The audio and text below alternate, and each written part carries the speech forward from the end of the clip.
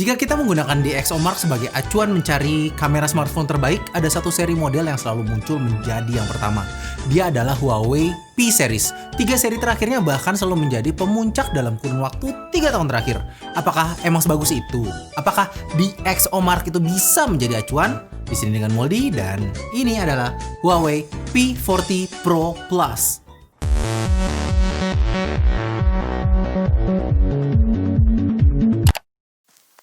I get so caught up in the middle, thinking of drowning in those blue eyes.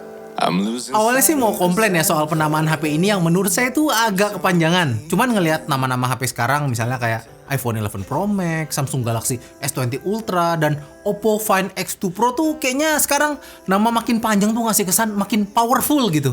Kayak ini Dragon Ball Sob. Awalnya Saiyan, terus jadi Super Saiyan, terus jadi Super Saiyan 2. Dan yang paling kuat itu ya Super Saiyan Blue Kaioken. Kaioken! But anyway, di video kali ini saya akan bahas in-depth soal kamera dari Huawei P40 Pro Plus ini. Setup 5 kamera ini tuh beneran ngasih hasil foto yang bagus nggak sih? Hadirnya nama besar Leica juga buat apaan? Dan buat apa HP ini tuh punya 2 lensa tele? Boros amat, kayak musuhnya Mickey Mouse. Oh, itu Boris. Udah, bercanda melulu. Kita mulai aja dari user interface di kameranya. Makin banyak fitur di bagian kamera itu kadang bikin UI-nya tuh makin ramai sama tombol dan menu. Huawei P40 Pro Plus ini tuh UI-nya terlihat berusaha bikin rapi, tapi juga nggak mau kita terlalu banyak step untuk mengakses fitur di kameranya. Jadi balance gitulah. Sobat bisa lihat banyak banget fitur yang bisa dipilih. Ada mode foto, video, portrait, night mode, aperture, pro, dan segambreng mode lainnya di bagian more. Untuk bagian user interface-nya nggak ada yang bisa saya keluhkan. Ya mungkin memang agak keramaian ya. Cuman ya emang saya tuh juga kalau misalnya jadi orang Huawei pasti bakalan bingung. Ini fitur HP sebanyak ini ya mau ditaruh di mana aja. Cuman percuma kan kalau fitur banyak tapi hasil kameranya jelek. Gimana hasil kameranya? Well, DxOMark tuh memang bukan segalanya. Cuman nilai tinggi itu ya ada benernya juga. Hasil kamera di kondisi cukup cahaya tuh bagus banget, detail dan tajam. Meski nggak ngikut kayak HP flagship lainnya yang pada pakai sensor 108 megapiksel, foto landscape tuh HDR-nya keren. Foto bunga juga kelihatan guratannya. Padahal ini tuh belum pakai mode high resolution-nya. Kalau pakai high resolution-nya ya makin detail lagi. Bokeh optical juga bikin foto tuh makin terlihat mewah. Sensor dari Huawei P40 Pro Plus itu memang gede banget, 2,44 mikron. Merupakan sensor yang paling gede yang ada di industri ini. Sementara untuk warna tuh cukup vivid, saturasinya lebih dikit tapi nggak norak. Punya sensor kamera gede gini tentu ngasih kelebihan di foto low light. Hasilnya buset sob, ini tuh bukan foto low light lagi. Ini night vision. Ingat foto telepon umum di kompleks saya yang pas review Redmi Note 9 Pro? Ini adalah foto telepon umum yang sama dan pakai Huawei P40 Pro Plus. Ini saya ngambilnya pakai mode night mode ya. Pengambilan gambar tuh emang jadi agak lama sih, bisa 5-10 detik. Untungnya foto night mode ini tuh nggak perlu pakai tripod, jadi bisa dipegang aja. Hasil fotonya sendiri mungkin color accuracy-nya ya agak meleset ya, tapi dia tuh ngasih dynamic range yang sangat luas. Kondisi di foto ini sebenarnya lampunya tuh terlalu terang, tapi hasilnya bisa terlihat kayak dia tuh punya kondisi pencahayaan yang tepat. Huawei P40 Pro Plus itu tuh masih jadi yang terbaik menurut saya. Saya tuh iseng bandingin hasil foto sama iPhone 11 Pro Max pas di low light, dan hasilnya tuh ya bisa sobat lihat. Bisa di zoom ke daerah pagar sama daun. Lebih tajam hasil dari Huawei P40 Pro Plus. Kemudian kita bahas soal lensa tele di HP ini. Ada 2 biji lensa tele dengan resolusi 8 megapiksel. Yang satu 3 times optical zoom dan yang satunya lagi periscope 10 times optical zoom. Hasilnya sih wah bagus ya. Penting banget punya stabilizer yang bagus buat lensa tele biar hasilnya tuh nggak goyang dan tetap sharp. Dan Huawei P40 Pro Plus ini tuh bisa ngasih itu. Hasil foto dari kamera tele selama saya pakai tuh nggak pernah gagal meski nggak pakai tripod. Cuman ada satu catatan nih, color profile dari lensa tele yang 10 times itu tuh agak beda. Ini hal yang biasa terjadi sih karena lensa yang dipakai ya tentu beda ya. Pertanyaannya adalah, kenapa harus ada 2 lensa tele? Selama saya pakai, kesan yang saya tangkap itu adalah fleksibilitas. Kalau misalnya lensa telenya 1 yang 3 times zoom, tentu nanggung, nggak zoom-zoom amat gitu. Kalau pakai yang 5 times doang misalnya ya, mungkin pas, tapi untuk foto-foto kayak foto burung misalnya ya nggak akan kepake. Hadirnya 3 times dan 10 times itu tuh enak banget menurut saya. 3 times itu saya pakai buat foto bunga yang posisinya agak tinggi, sementara yang 10 times zoom kepake banget buat baca informasi yang lokasinya tuh jauh banget gitu. Punya 2 lensa tele ini tuh berasa privilege banget. Mungkin ya nggak sering-sering banget kepake sama saya. Cuman kalau misalnya pas saya butuh, dia selalu ada. Selama pengambilan gambar saya tuh biarkan AI-nya nyala karena itu memang bikin user experience penggunaan kamera itu tuh lebih nyaman.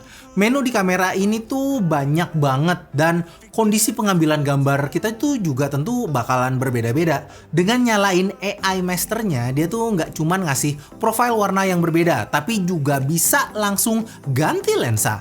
Contohnya itu tuh di foto makro, kamera utamanya tuh langsung pindah kalau ngedeteksi mau foto makro. Hasil foto makronya, well, kalau dibandingin secara kualitas sih menurun ya dibandingin sama kamera utamanya. Walau hasil segini itu tuh hitungannya masih bagus gitu, paling bagus bahkan dibandingin HP-HP lain dengan lensa makro. Nah, pertanyaannya, Huawei ini kan kagak ada lensa makro dedicated. Ini fotonya pakai apaan ya? Jawabannya ternyata dia tuh pindah ke lensa ultra wide yang 40 megapiksel dan fotonya tuh di crop. Menurut saya ini cara yang cukup pinter sih, karena merek lain tuh cuman ngasih lensa makro dengan megapiksel ya paling berapa, 5 megapiksel paling gede. Sementara ini meskipun di crop dia tuh pakai resolusi 40 megapiksel. Jadi ya jelas gitu hasilnya tuh masih oke. Untuk hasil lensa ultra wide-nya sendiri tuh cukup bagus, masih tajam dengan dynamic range yang luas. Resolusi 40 megapiksel di lensa ultra wide lagi-lagi berasa mewah karena biasanya lensa ultra wide dikasih resolusi tuh ya yang ya seadanya lah. Jadi nggak heran kalau misalnya buat lensa ultra wide Huawei P40 Pro ini lagi-lagi ngasih hasil yang terbaik. Lensa terakhir adalah 3D TOF kamera. TOF kamera atau time of flight adalah versi mewah dari depth kamera. Selain bisa ngukur jarak, dia tuh bisa dipakai buat augmented reality juga. Makanya hasil depth-nya tuh bagus dan cukup rapi.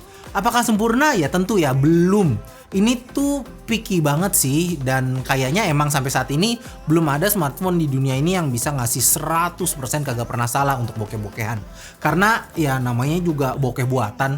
Aperture juga ada sih, ada mode aperture gitu maksudnya. Fungsinya tuh sama kayak bokeh-bokehan, cuman bedanya kalau aperture itu tuh bokehnya bisa diatur setelah ngambil foto. Untuk kamera depannya yang dia tuh punya resolusi 32 megapiksel. Hasilnya bagus juga. Detail alis yang seadanya ini nih masih kelihatan. Ini tuh bagus semua ya, kapan saya ngeluhnya ini. Bokeh di kamera depan juga ada karena lagi-lagi untuk urusan kamera Huawei ini tuh royal bet ya. Ada 3D TOF kamera juga di bagian depannya, jadi bisa bokeh-bokehan juga. Oh iya, bokehnya ini juga bisa diganti-ganti loh efeknya, bisa bulet-bulet, lope-lope, dan lain-lain. Banyak. Ini berlaku juga untuk kamera belakangnya ya. Punya setup lensa yang lengkap dengan hasil foto yang bagus, nggak bikin Huawei puas. Dimasukinlah fitur-fitur yang, aduh buset dah, kayak makanan di nikahan. Banyak banget macamnya. Ada light painting. Nih kalau kagak ada COVID, saya udah ke Sudirman atau Semanggi dah biar bikin foto. Light paintingnya tuh yang oke gitu. Cuman ya karena lagi pandemi, di Kalimalang aja ya. Terus juga ada dual view. Jujur saya tuh nggak tahu ya ini buat apaan, tapi kayaknya bakalan kepake kalau buat sobat yang pengen bikin konten. Slow mo juga ada, bisa 120 fps, 240 fps, 960 fps, 1920 fps, dan bahkan bisa 7680 fps. Yang 120 fps hasilnya kayak begini. Resolusinya Full HD, hasilnya standar lah ya. 240 fps juga kayak begini, hasilnya sama Full HD juga. Nah, 960 fps ke atas itu tuh sistemnya auto trigger gitu. Jadi harus terjadi sesuatu dulu di area targetnya baru otomatis ngerekam. Hasilnya bisa sobat lihat.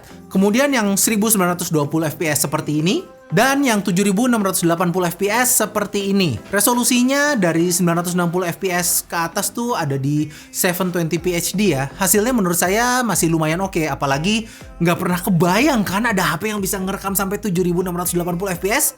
Do you need this? Maybe not, tapi cool banget kalau punya fitur ini. Lah, kita udah ngomongin slow-mo tapi belum bahas kualitas perekaman videonya.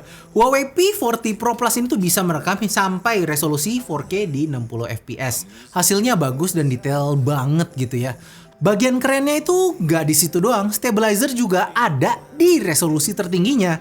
Kalau dibandingin sama HP lain, ada sih yang udah bisa ngerekam resolusi 8K. Cuman menurut saya nggak guna-guna amat fitur itu ada di HP. Jadi saya masih cukup puas bisa 4K di 60 fps. Somehow defaultnya tuh di set di 1080p 30 fps, dimana saya agak paham.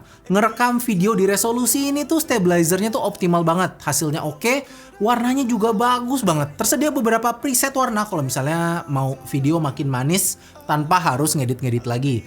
Jadi langsung kirim ke sosial media aja tuh bakal banyak yang nanya, color gradingnya bagus. Padahal mah kagak ngedit. Ada beberapa hal menarik lainnya dari fitur kameranya, yaitu video bokeh. Hasilnya, kayaknya masih kelihatan nggak natural ya. Area rambut tuh masih agak blur-blur dikit. Atau bisa bikin video kayak gini, bajunya berwarna tapi backgroundnya hitam putih gitu. Masih hit dan miss, tapi ini tuh kayak showcase processing power dan artificial intelligence-nya. Ini menarik sih menurut saya. Yang improve nggak cuman kualitas, stabilitas, dan hasil dari videonya aja, tapi juga kamera depannya juga hasilnya bagus. Dan yang saya dengar itu adalah mikrofonnya yang terdengar makin oke. Cuman karena dia ngasih stabilisasi yang seperti yang sobat lihat sekarang, dia itu jadi agak ke crop ya. Nggak tahu, jadinya jadi lebih bisa diterima sih kalau misalnya lagi pengen bikin konten vlogging gitu ya. Hasilnya juga stabil kayak begini, cuman ya gitu agak terlalu ke crop aja. Apa yang bisa saya simpulkan di sini? Seri P dari Huawei ini saya lihat tuh makin mengerikan ya. Ketika di P20 kamera itu memang jadi kamera smartphone paling bagus menurut saya. Kurangnya itu tuh ada di bagian video. Cuman sekarang P40 series ini tuh udah bagus banget mau di hasil foto ataupun video. Buat saya Huawei P40 Pro Plus ini tuh nggak cuman ngasih kamera terbaik, tapi juga ngasih pengalaman penggunaan untuk kamera yang terbaik. Semua fitur tuh komplit, bahkan sampai ke mode profesional mode yang bisa ngatur semuanya gitu, mulai dari exposure composition, manual focus, dan lain-lain. Bahkan bisa foto raw. Fitur yang komplit ini bikin UI agak berantakan sih. Tombol tuh ada di mana-mana. Tapi dengan banyaknya tombol dan fitur ini jadi mudah diakses sama pengguna pemula. Kalau bikin foto light painting tuh sebenarnya kan kita bisa pakai mode pro-nya aja ya. Shutter speed-nya tuh dilambatin gitu. Cuman dikasih menunya sama Huawei biar kita tuh nggak repot. Kalau misalnya sobat mau smartphone dengan kemampuan kamera terbaik, jujur saya tuh akan bilang ambil Huawei P40 Pro Plus aja. Cuman saya tuh ngerti kekhawatiran sobat. Nggak pakai Google terus ya bisa dipakai buat apa gitu. Hal itu akan saya jawab di video selanjutnya. Karena sekarang selain ada Huawei App Gallery, kini tuh Huawei punya yang namanya Petal Search Widget atau Find Apps gitu. Widget Om. Widget. Ya, makanya tunggu video selanjutnya.